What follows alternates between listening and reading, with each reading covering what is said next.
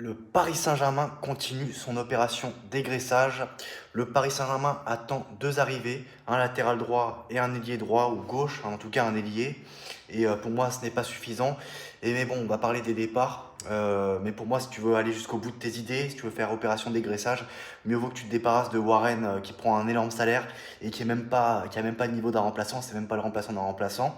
On sait que Kanguini et Ramos vont rester. Voilà, donc ça fait 13 joueurs fiables, on va dire.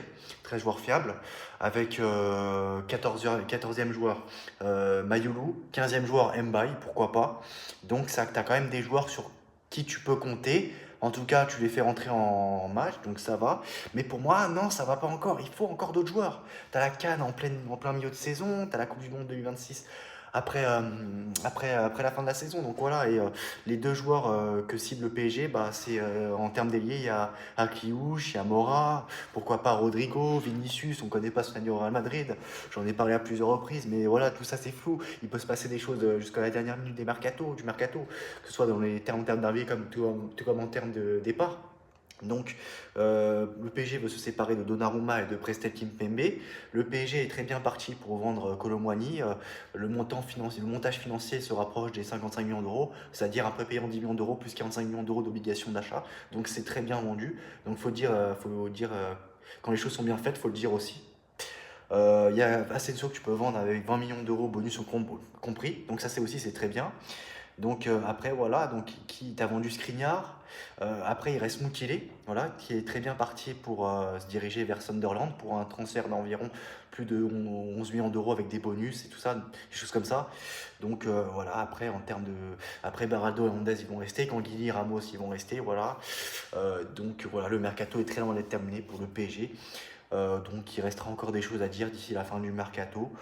Donc n'hésitez pas à donner vos avis en commentaire, qu'est-ce que vous pensez de tout ça. Non, je pense que j'ai à peu près fait le tour, à peu près voilà, fait voilà, le mercato express du jour. Donc voilà, c'est tout pour moi aujourd'hui. À très bientôt, ciao. Dernière chose, j'ai oublié de citer Barcola dans les joueurs sur qui tu peux compter. Ça fait 16 joueurs, mais ça change rien, ce n'est pas assez. Voilà, à très bientôt, ciao. Et Dio, l'entraîneur de Newcastle, pour ceux qui ne savent pas, reste évasif concernant l'avenir d'Alexander Isaac à Newcastle. Nous verrons ce qui se passera dans les prochains jours. Et pour plus de l'intégralité de sa déclaration, il a déclaré que c'est une question difficile à répondre. J'espère que le problème sera résolu rapidement, car on en parle tout le temps. Les joueurs ont réussi à faire abstraction de cela et à performer. Nous devons continuer ainsi. Nous devons faire sans être accablés par le discours négatif. Oui, bah, il est en instance de départ. Hein. Il veut à tout prix quitter Newcastle, quitte à ne pas jouer, voilà, à participer aux entraînements et tout. Il sèche l'entraînement et tout ça. Et bon, après, voilà, pour Liverpool, Liverpool a recruté quand même Hugo Ekitike pour plus de 95 millions d'euros. Voilà, donc c'est quand même très cher pour un joueur qui n'a pas non plus prouvé de ouf, même s'il a fait des très bons débuts avec Liverpool. À voir s'il rentabilisera son transfert. Bon, pour l'instant, ça a bien commencé. Il a marqué lors de la Community Shield contre Crystal Palace, hein, la défaite malheureuse de Liverpool ce jour-là. Et il a marqué aussi, il a fait une passe décisive contre Bournemouth hier soir. Donc voilà pour Hugo Ekitike. Maintenant, reste à savoir si Liverpool aura le temps de boucler les dossiers Alexander Isaac, mais il faudra faire très vite parce que de toute façon, les deux clubs vont s'affronter à la fin du mois. Donc c'est un truc qui ne doit pas traîner. Donc on sait que le PSG reste à l'affût concernant Alexander Isaac. Le PSG qui a raté Erling Haaland, le PSG qui a raté Vitor Gyökeres. Enfin, raté, je dirais pas raté après. Hein, c'est juste que le PSG ne s'est pas positionné sur Vitor Gyökeres, même si bon, lui, le Suédois voulait à tout prix aller à Arsenal. Mais le PSG peut très bien se positionner sur Vitor Gyökeres, sur Alexander Isaac, parce que bon, Gonzalo Ramos, si une bonne offre arrive, il peut s'en aller aussi du PSG, donc tout reste possible. Tout reste possible. Donc il peut se passer beaucoup de choses, hein, des mouvements par-ci et là. Et même si bon, voilà, le favori c'est Liverpool pour Alexander Isaac. Sinon, Liverpool a transmis une offre de contrat à Ibrahima Konaté, hein, une nouvelle offre. Les dirigeants veulent une réponse avant la fermeture du mercato. Au cas de refus, une vente n'est pas à exclure, même si ce n'est pas encore garanti. Donc voilà, donc s'il ne prolonge pas cet été, Liverpool va vouloir le vendre cet été. À quel club Le Real Madrid et le Paris Saint-Germain sont les clubs les plus intéressés concernant Ibrahima Konaté. Donc voilà pour le joueur français. Et du coup, c'est tout. Hein. Sinon, il peut s'engager aussi libre du côté du Real Madrid, du Paris Saint-Germain, mais ça ne m'étonnerait. Ou sinon, il peut prolonger son contrat à Liverpool. Donc voilà, c'est vrai qu'il n'y a pas non plus grand-chose à dire concernant le mercato ces derniers temps. Voilà, et voilà, c'est tout. Ciao. Mercato Express du jour, ça y est, c'est officiel. Gianluigi Donnarumma va quitter le PSG. Il a adressé une lettre au club, un message d'adieu. Et donc du coup, voilà, plusieurs de ses coéquipiers ont partagé, liké, commenté et tout ça. Donc Dembélé, Doué, etc., etc. Voilà, tous ses coéquipiers. Donc Donnarumma est très bien parti pour s'engager à Manchester City. Voilà, le PSG va le vendre pour une somme entre 30 millions d'euros et 40 millions d'euros, quelque chose comme ça, pas très cher, à un an de la fin de son contrat, parce que voilà, Gianluigi Donnarumma a trouvé un accord avec City. Sur le départ du PSG, le gardien italien a déjà échangé avec Pep Guardiola et s'était déjà entendu avec les Citizens. Donc, information de l'équipe. Donc, voilà, c'est l'équipe qui confirme que voilà, il y a un accord total entre Donnarumma et le PSG. Donc, ça veut dire que les transferts entre le PSG et City, c'est tout à fait possible. Donc, voilà. Et donc, moi, ce que je trouve bizarre là-dedans, c'est que bon, il y en a qui disent, ouais, c'est un choix sportif, c'est pas forcément qu'un choix salarial, c'est un prétexte et tout ça. Mais moi, quand même, c'est bizarre. Luis Enrique, il fait partie de l'école de Pep Guardiola. Et pourtant, Luis Enrique, il aime bien, on sait très bien, on sait qu'il veut avoir un gardien très fort joué au pied. Et on sait que c'est pas le point fort de Gianluigi Donnarumma. Mais pourquoi Pep Guardiola le veut alors? C'est bizarre. C'est un peu bizarre quand même cette histoire. Il y a autre chose. Et là d'ailleurs, l'agent de Donnarumma a défoncé le PSG, hein. Agent de Donnarumma, Enzo Raiola défonce le PSG. Ils parlent de respect, mais pour eux, c'est juste une question d'argent. On va confier l'affaire à nos avocats. Ce n'est pas comme ça que tu te comportes. Le PSG a déjà changé ses plans, a changé ses plans après la finale de la Ligue des Champions. Nous avons accepté une offre de renouvellement inférieure. Jusqu'il y a un mois, on parlait de renouvellement. Je suis étonné. Donc, on ne sait pas vraiment ce qui s'est passé en interne. C'est un peu flou, c'est bizarre. Mais voilà, vous savez très bien que moi, j'ai pris position pour Donnarumma et que ce qu'a fait le PSG à Donnarumma, je trouve ça inacceptable. Voilà, je fais partie de ces gens-là. Donc vous connaissez mon point de vue, on ne sait pas ce qui va venir, ce qui va se passer, on voit Donnarumma qui va faire des déclarations, on ne sait pas encore, on ne sait pas vraiment ce qui s'est passé.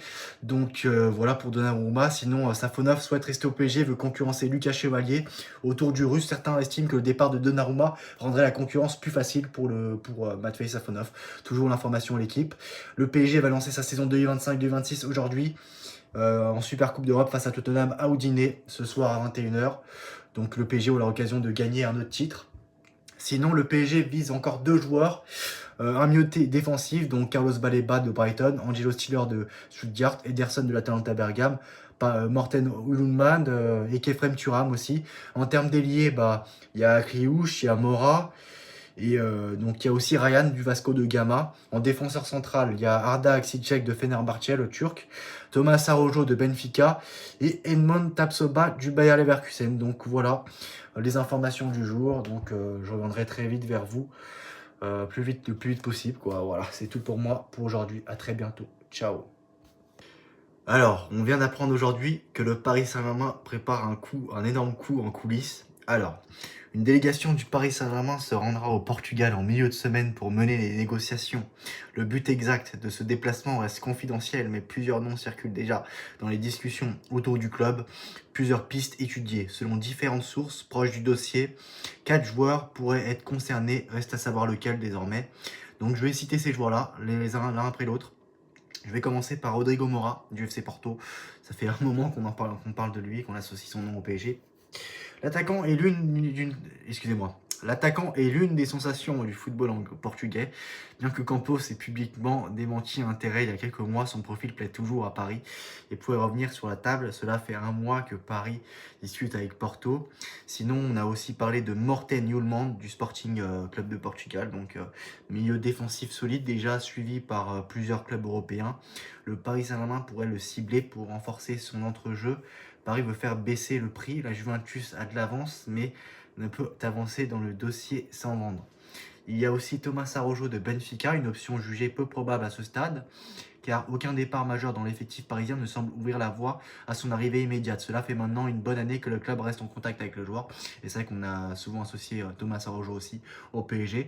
Et là, actuellement, à l'heure où je vous parle, le Paris Saint-Germain et Luis Campos doivent vendre une dizaine de joueurs. Donc voilà, ça peut durer jusqu'au dernier jour, tout ça.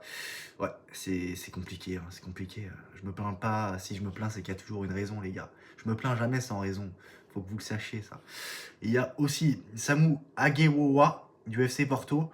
Présenté comme la nouvelle pépite observée par Luis Campos, cette piste est encore récente, mais suscite un certain intérêt.